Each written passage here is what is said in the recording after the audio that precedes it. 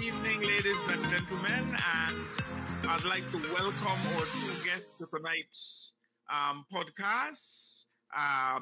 The guests that we have tonight, you will really want to learn some more about them, especially in the context of tonight's topic, right? Tonight, what we want to focus on is the whole thing of the literacy challenges for the 20th century that is facing beliefs.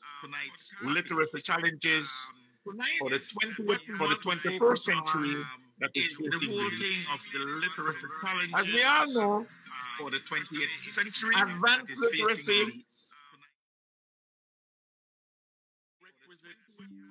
adult success in the 21st century. As we all know, by advanced literacy, I do not mean simply the ability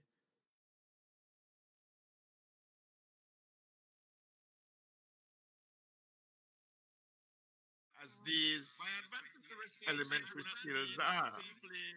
Instead, I mean the ability to use reading to gain access to the world of knowledge, to synthesize information from different sources, to evaluate arguments, and to learn totally new subjects.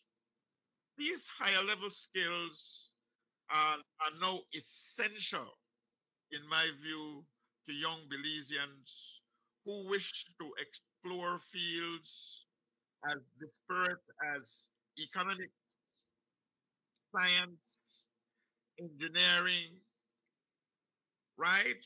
To succeed in post-secondary education, whether vocational or academic, to earn a decent living in this knowledge-based globalized labor market, and to participate, and this is very important, to participate in all democracy that is facing a lot of complex problems.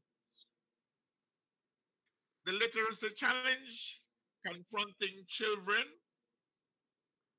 their adolescents, their families, and the schools in Belize, for me, has two parts. The first is the universal need to better prepare students for 21st century literacy demands. And the second is the specified need to reduce the disparities in literacy outcomes between children from disadvantaged backgrounds and those from privileged homes. So the purpose of tonight's podcast is to begin to explore the current literacies of Belize's children and adolescents and how to improve on it. And tonight we have two guests that will focus on these two things. The whole issue of literacies among the children, in other words, those attending our primary school system, and the challenges of literacy facing our secondary school population, including the school, but also the teachers, and most importantly, the students. So, to share their views on these issues, we have Miss Nancy Waite and we have Mr. Hilario Torres. I'd like to welcome both of you and to thank you for agreeing to being my guest on today's podcast. So we would like to begin by asking you to briefly introduce yourself. We'll start with Miss Nancy. We'll start with Miss Nancy, and then we'll go on to you, Mr. Torres. Miss Nancy, the floor is yours. Good evening, everyone. I am Ms. Nancy Witt. I am currently teaching at St. Ignatius High School for the past 14 years. I am a graduate from Galen University in 2018 with my Master's of Education. Currently, I'm teaching English at the high school. Thank you. Well, thank you very much, Nancy. And Mr. Torres, can you introduce yourself? Yes, good evening, everyone. My name is Eulalia Torres. I am part of the faculty at Tabaro. I have a master's degree in English, teaching English as a second language, and currently doing a PhD in language literacy and culture at Oklahoma State University. And I have been in the teaching profession for over 20 years. Thank you. Well, thank you very much. So we want to make this thing as informal, serious, but as informal as possible. So I'd like to start by asking Miss Nancy if she could tell us what are some of the literacy challenges that high school students and high school teachers are facing in today's secondary schools in Belize.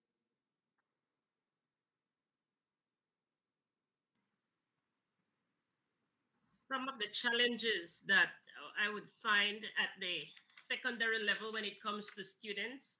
First of all, it's very important for us to be cognizant that we are teaching in a multicultural society and we are faced with a multilinguistic, and being able to work along with students that are coming from rural areas, many a times their first language would either be Creole or it would also be Spanish.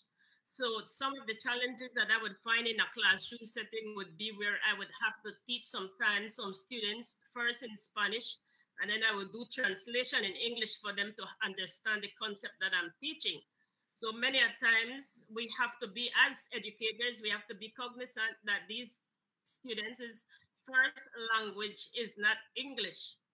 And as teachers from the different subjects that we teach, we have recognized that, and it's very important how we are going to be teaching these concepts. Teaching right now, currently teaching, especially during this pandemic, we find that teaching hybrid is a challenge at secondary level. Many a times we don't have all these students online. And so if these students are not online, one of the challenges that I would find as an educator is that many a times they do not understand the concept that I teach. And that would lead them to not being able to complete certain assessments that are being given. Another challenge that I would find at the secondary level is, for me, the curriculum needs to be integrated in the time that we are teaching now. When it comes to that regards, I would say that the particular curriculum at secondary high school needs to be reformed. In the times that we're teaching, we need to be able to integrate the different multicultures that we have in our country. We need to recognize, like, for example, I have taught students whose first language is Quechimaya, and they have already mentioned in the class, Ms. Witt, at home we do not speak English. So when it's time for us to teach, do a particular presentation, they would first say, Ms. Witt, can I do my presentation in Quechimaya? As an educator, I have to recognize and embrace these different cultures and integrate them into our English class. The same like when a student is going to say a poem pertaining, they would ask Ms. Witt, can I do a presentation in Creole? That's the first language that this particular student speaks at home. As an English educator, I have to recognize that we need to embrace also the Creole culture in a classroom setting. So it's very important that as educators at secondary level, that we are very open-minded with these different cultures that we have and be able to embrace them. Thank you. Well, thank you very much, and thanks for that emphasis of teaching a language in context, considering very seriously the the home language of the student, because that certainly affects them. Um, that certainly affects them if they have, especially if they have learned to read and write in that first language. But one of our problems, Miss Nancy, as you know, is that um, many of our first languages, including mine, which is Creole, we don't learn how to read and write in that. We just learn how to speak it. And we are very proficient communicators of it via the. So we cannot really carry anything that we have learned in terms of the written language to a subject like English, which is the standard language of instruction. And not only the standard language of instruction, it is the language that we need now for employment. The world is demanding this globalized information age world is demanding that we be able to not only pronounce words, right, and read text, but to really read for the kind of understanding that we can apply to whatever it is that we're in fact doing. How do you find? I know that there has been some attempt to develop um, Maya, right, and getting students to and getting communities really to learn to write, read, and write in Maya, right? I know that there is an ongoing project in Creole, the Creole language project. Silvana Woods and the late Myrna Manzanares, Dr. Calvin Young, Dr. Eileen Harrison, and some of the younger people have been involved in terms of advanced that. But where is that an issue, Ms. Nancy? The fact that we are not learning to first read and write in our home languages. Is that a problem? It certainly is, looking it from my perspective, because if your first language, let's say, for example, is Spanish, and that is the only way that you can communicate, at no time at the secondary level, I can actually deny you the right to an education. I need to first embrace your culture that you speak your particular language, which would be Spanish. Right now, currently at my school, I'm teaching students whose first language is Spanish. So I would find myself that when I finish teach the group that understands fluent the English, then I would go and teach that particular student a couple minutes.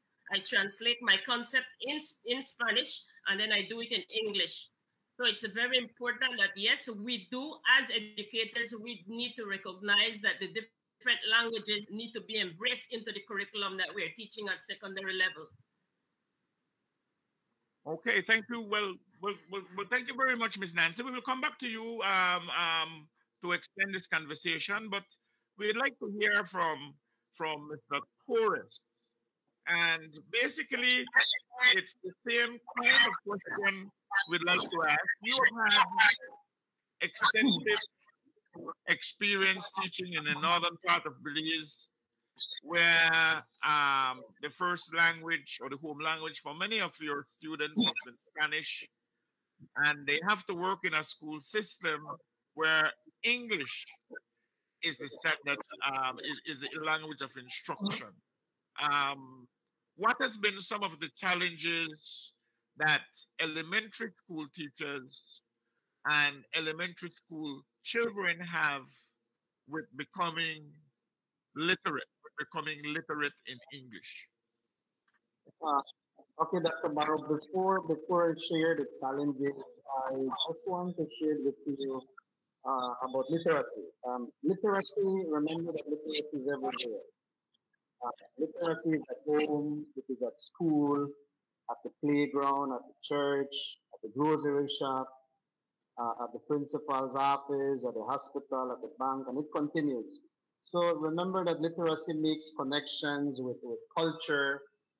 Remember that students will make connection with sad and happy stories, with many different type of expressive thoughts, with imagery backgrounds, making connections with real life examples. And honestly, literacy is, remember that it's the ability to critically analyze, to show understanding of the basic nature of any text, artifacts that makes connection with wider society and students' own experiences. And when I speak about the basic understanding, this is the basic understanding of reading the word and a deep analysis of reading a text or artifact in relation to the world and making connections with their cultural background.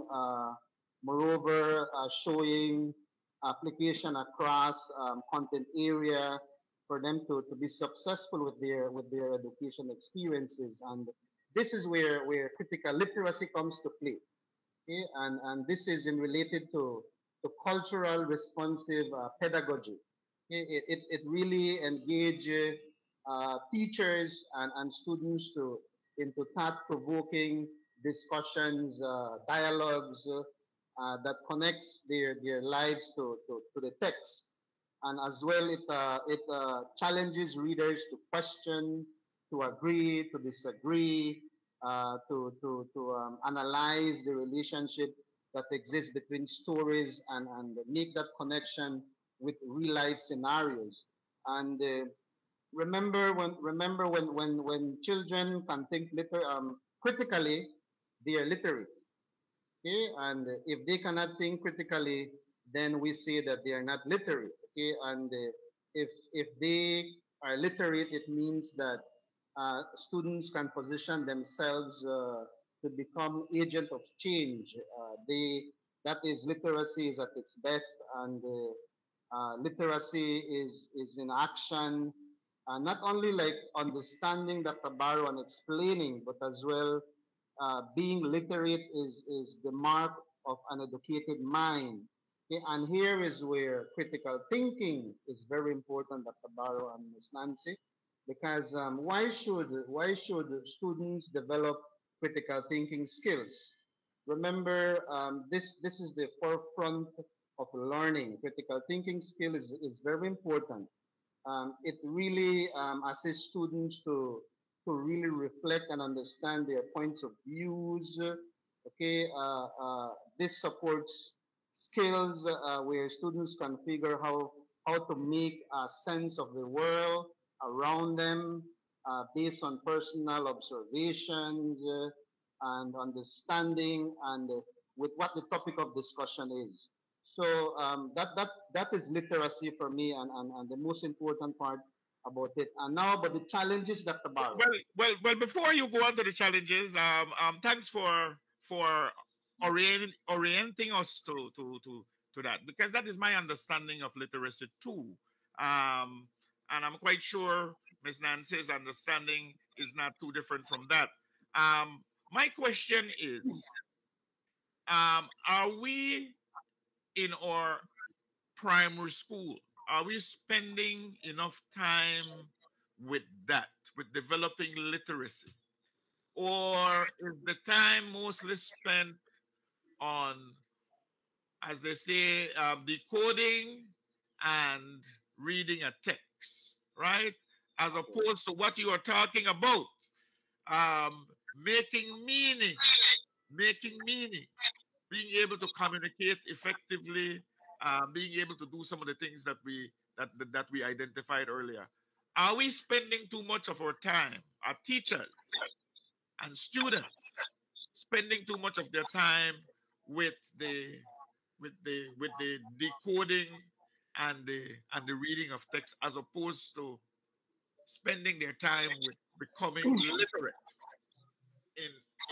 Okay, and this is something great that you answered, that you asked, Dr. Barrow, because honestly, this is where the challenges comes to play, especially in elementary schools. Because before I share that with you, I just want to share a number of challenges that I think it's very important for us to know, and maybe create workshops or other staff development to assist teachers for them to be aware and how to help them to enhance their literacy skills. So one of the challenges, Dr. Barrow, that I would say educators um, uh, is having that dilemma is they really don't understand how literacy works. Okay, like language literacy with native and English language, or technology literacy, or reading literacy. Okay, so this is one of the challenges that usually they not really know what literacy is, based on their understanding. The other challenge that I would say is that in our country believes teachers, remember, teachers are not experts, but still they are required to teach all the primary school subject disciplines that is given to them. And this is where they need to find ways and means how they can integrate uh, literacy in other disciplines. Okay? And the third one I would say that the Barrow would be how to bridge first language and English, because remember, they are not experts in linguistics. Language, Dr. Barrow, is a huge part of to comprehend any literacy. Okay? And honestly, the other challenge I would say would be that teachers, they are not trained with cultural relevant pedagogy. Okay, to a large extent that has to do with students' motivation. Okay, students' schemata, or students' previous knowledge. And this is where the question that you asked me comes to play, Dr. Barrow, where we need to use storybooks or textbooks that students can relate with their culture. They can relate with their life experiences. They can make those connections as such. Okay, because sometimes as teachers, we just give them any textbook, any storybook for them to read, without putting in mind that maybe they cannot make any connections when it comes to the content of the context with what they are experiencing in life. Okay, and remember, another thing that Barrow here is this text structure, which is very important. Okay, this is the way how the authors organize information on a text. Okay, remember that whenever they organize, like compare and contrast, problem and solution, cause and effect, okay, description or the investigation. So this is where the teachers, they need to be aware of the text structures and even about the text features. Because remember, sometimes teachers and even students, they don't know the differences between fiction and non-fiction books, which is very important for them to know the text structures and the text features when it comes to non-fiction books, like the table of content, the title, the heading and the subtitle, the pictures, the original pictures in non-fiction books, the caption, the glossary. And these are little things that sometimes as teachers we take for granted, that students know all these features and structures. And these are the things that we need to really give an orientation for students to be aware. Okay, so these are some of the challenges, Dr. Barrow, and based on what you asked. Well, well, thank you. I want to link this back to Miss Nancy, right? I have been roped into reading for children in primary schools. Dr. Harrison have roped me into that, and every year before the pandemic, we used to go to different schools, to primary schools, to read for the class. And one of the things that I used to do is to buy some books. Once I know which class we're reading from, I would go to the local book company and buy some books. And I remember specifically, I think this was a standard two class or something like that, or an infant two class, reading some set of local stories, and one of them was about a taxi being broken down into kettle, and this taxi was carrying some tourists and that type of thing. Another one was with something that happened in Arenal, right, where somebody from the other side of the border wanted to come across to cut down a tree, and but what the emphasis seems to be is more on the words. Can you pronounce the words? Can you pronounce tea kettle? Can you pronounce taxi? Can you pronounce Tanya? As opposed to the meaning of this whole story of tourism, the significance of tourism to our development. Who are the people who come down as tourists? What are the situations where we can be exploited in terms of that? And what are some of the things that we're gaining from that? That did not seem to be the emphasis. It was more the literal text itself. I remember in the old days, like when we were going to school, and Nancy knows about this, we used to use some West Indian readers, and one of the characters in that was Brahanansi, right? And yes, we were interested in learning the words associated with the text, but it was driven by the meaning, right? It was driven by the meaning. Brahanansi was one smart man, right? He always have to end up on top, regardless of whether or not he plays by the rules or not by the rules. And we seem to have been getting a lot of that in the past, right? That thing that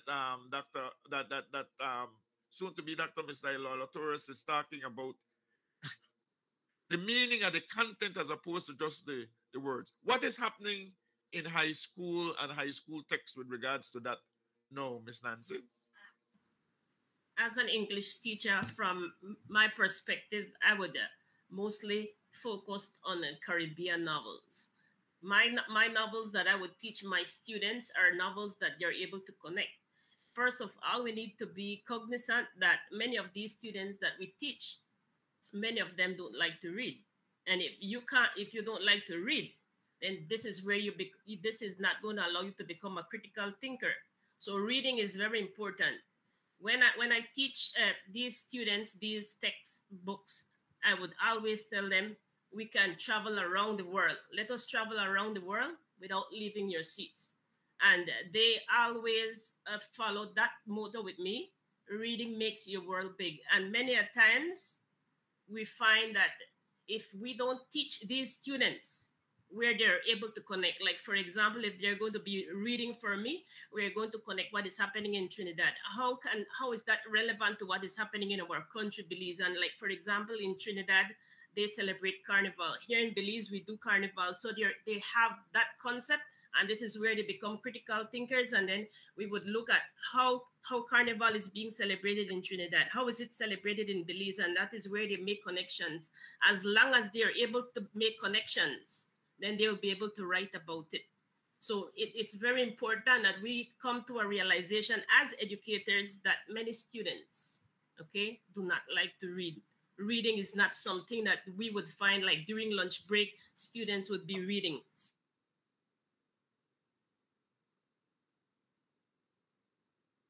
Text. Like for me, I would always embrace social media, because this is the educators that we're teaching a new generation, and the generation has technology. So I'm not going to go and tell them, please read chapter 4 for Miss Wade, Miguel Street. Miguel Street is one of the popular Caribbean novels that my students like, especially they want me to read, because when I read with a lot of expression to these students, and that is something that they really enjoy. So I would not ask a particular student to read a chapter, Okay, I would text them something that they'll be able to connect. When I start to read, then they will already have that relevant information. It's very important that we teach, and as educators, we are able to embrace our culture, our country, so that these students can connect. Like instead of teaching, and I would not say, because I've already taught this at the fourth form level, Shakespeare, I teach first form, I would teach them Miguel Street. All right, I see that students can connect quickly with Caribbean novels as opposed to other novels that is not pertaining to our culture.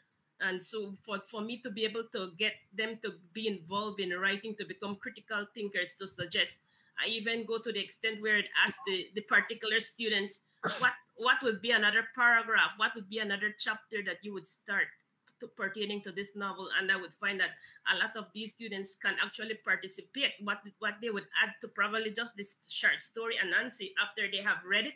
All right, they understand the concept, it's related to Belize, so they are able to make another chapter and another paragraph. So it's very important that we are able to embrace our culture, our people, our country in our reading.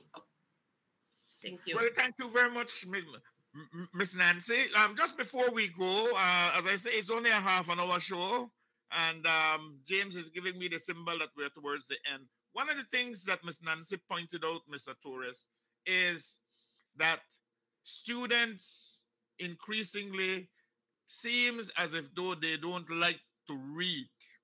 They don't like to read. And if we go according to your analysis, right, they are missing out a big opportunity to become critical thinkers. That is the kind of people that the police force wants in the police force, that the custom department wants in the customs. That is the type of people that the business community wants in their business. What can we do from your perspective to address that particular issue there, Mr. Torres, to raise their level of interest, so that given the choice, they choose to read as opposed to do other things? You know, like playing a video game or watching a basketball or just hanging out and doing nothing. That they choose to read. What can we do more? What can we teachers do more to facilitate that, especially at the lower level?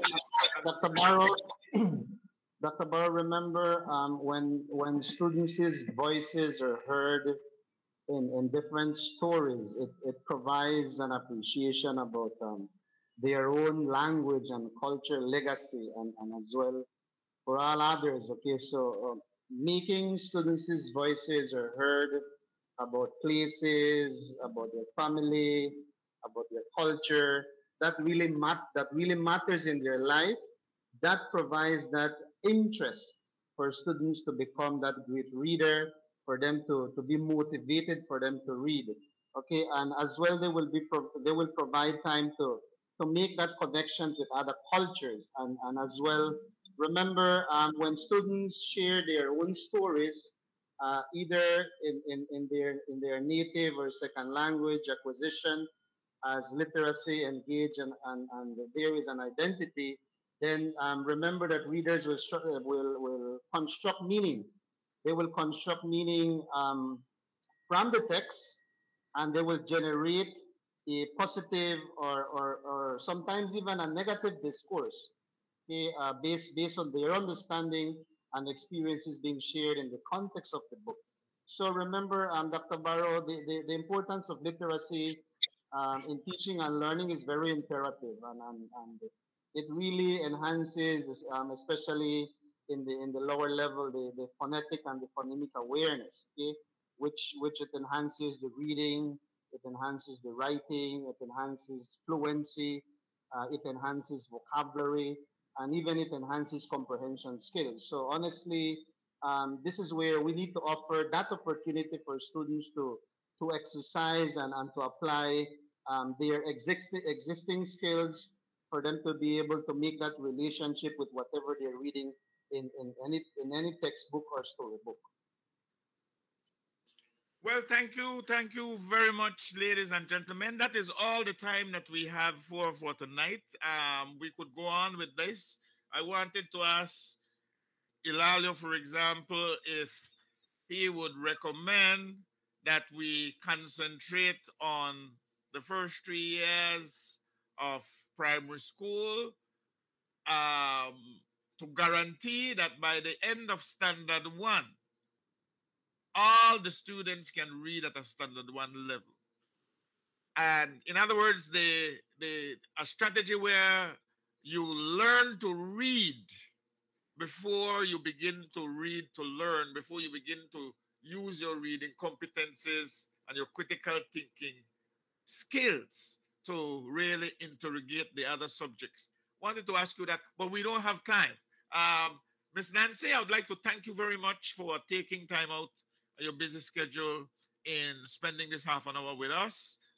Mr. Torres, I am delighted that you were able to put off your research meeting, reschedule your research meeting, um, so that so that you could spend this half an hour with us. I really enjoyed this. This is something that we're gonna have to continue this discussion with, and I am gonna be bringing you back at some point in the future, especially when I tell you well in advance when we're gonna be meeting. Thank Indeed, you for responding at such short notice. And I'd like to Welcome. thank the audience on behalf of our Provost, Dr. Aird, for allowing us to share this half an hour with you on a topic that we think is of interest to you. So I'd say thank you guys. Good evening to you and good evening, Belize. See you again next week, thank you, Thursday. Mr. Caro. Thank you, Miss Thank Nancy. you, Thank sir. you. Thank you. Welcome.